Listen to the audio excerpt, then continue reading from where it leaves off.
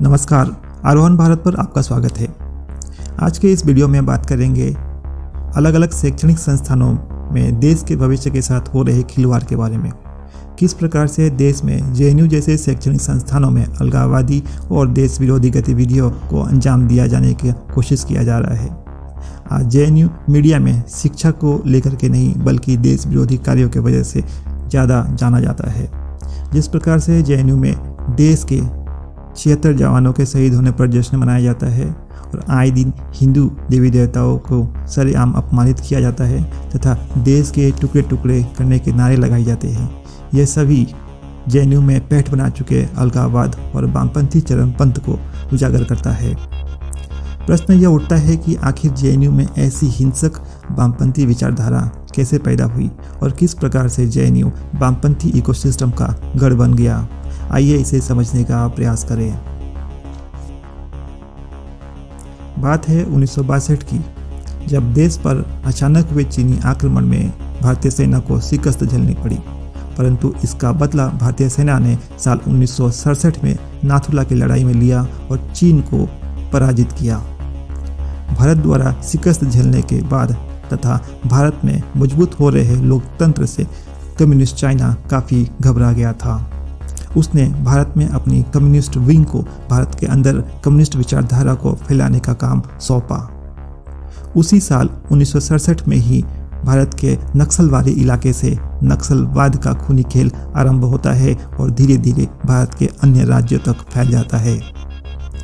चीनी communist party के यह कम्युनिस्ट विंग न केवल भारत के गरीब किसानों और आदिवासियों को नक्सलवाद में धकेलती है बल्कि उसका अगला निशाना भारत के प्रभावशाली बुद्धिजीवी वर्ग पर होता है, जिसमें शैक्षणिक संस्थानों के प्रोफेसर्स, टीचर्स, मीडिया के पत्रकार तथा इतिहासकार होते हैं। चीन के इशारों पर ये सभी बुद्धिजीवी वर्ग के लोग भारत में हिंसक वामपंथी विचारधारा को फैलाने का काम शुरू कर देते हैं। इनका इकोसिस्टम मीडिया से लेकर के जुडिशियरी, शिक्षा से लेकर साहित्य और यहाँ तक कि सिनेमा तथा टेलीविज़न जगत तक मजबूत किले के तौर पर बनकर तैयार होता है। ऐसे में प्रश्न उठता है कि क्या जेएनयू जैसे संस्थानों में फैल रही हिंसक विचारधारा और वामपंथ को रोका जा सकता है? तो इसका उत्तर है हाँ, ऐसा किया जा सकता है। आइए यह समझने का प्रयास करें कि इससे लड़ने की क्या रणनीति होनी चाहिए। जेएनयू जैसे शैक्षणिक संस्थाओं में मजबूत होते देशद्रोही हिंसक वामपंथ का मुख्य वजह वहाँ के कुछ वामपंथी प्रोफेसर और शिक्षक है, जो चीन के कम्युनिस्ट एजेंडे को फैलाने का काम करते हैं। देश के भविष्य होनहार छात्रों को देश के खिलाफ हिंसा और अलगाववाद के लिए प्रेरित करते हैं। ऐसे में ये जरूरी हो जाता है कि एक बार ऐसे शिक्षकों की पहचान की जाए और उन्हें न्याय प्रणाली के अंतर्गत जेएनयू की शिक्षा व्यवस्था से बाहर किया जाए। किसी भी हिंसक विरोध प्रदर्शन को सख्ती से लिया जाए। देश के खिलाफ वैचारिक आतंकवाद को शुरू करने वाले इन प्रोफेसर्स और बिकाऊ पत्रकारों पर आईपीसी के विभिन्न धाराओं के तहत लीगल एक्शन लिया जाए और उन्हें न्याय व्यवस्था के प्रति जिम्मेदार बनाया जाए। यह पहले से ही जग जाहिर है कि चीन पैसे के बल पर भारत में अस्थिरता को पैदा करना चाहता था। लंबे समय से देश में फैले माओवाद और नक्सलवाद को चीन ने ही सुलगाया था और इसके लिए जरूरी फंडिंग भी प्रदान की थी। कुछ समय पहले यह भी खबर सामने आया कि चीन ने भारत के कुछ पत्रकारों को पैसे देकर के अपने एजेंडे को चलाने का काम किया था।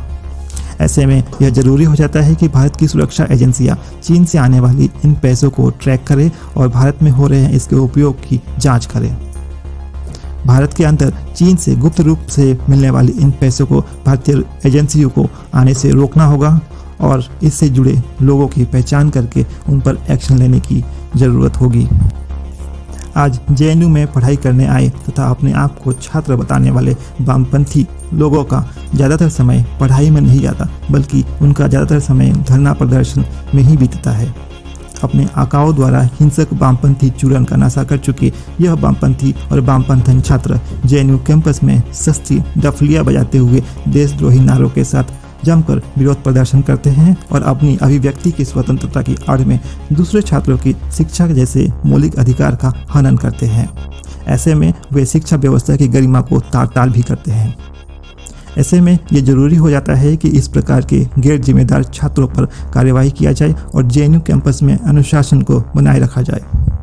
अनाकारण ही रोज रोज होने वाले इस प्रकार के प्रदर्शनों को रोका जाए और दूसरे छात्रों के शिक्षा जैसे मौलिक अधिकार की रक्षा किया जाए।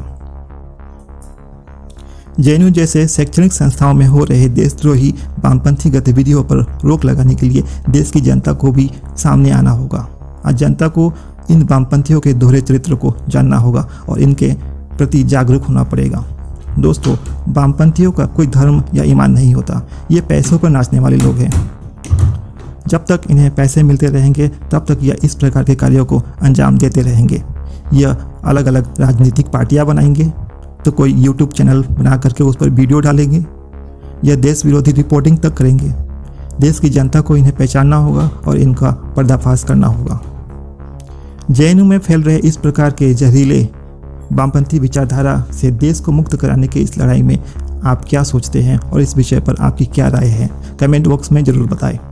वीडियो यदि पसंद आए हो तो इसे लाइक ज़रूर करें। वीडियो में यहीं आपसे अलविदा लेना चाहेंगे। अंत तक जुड़े रहने के लिए बहुत बहुत धन्यवाद। जय हिंद, जय भारत।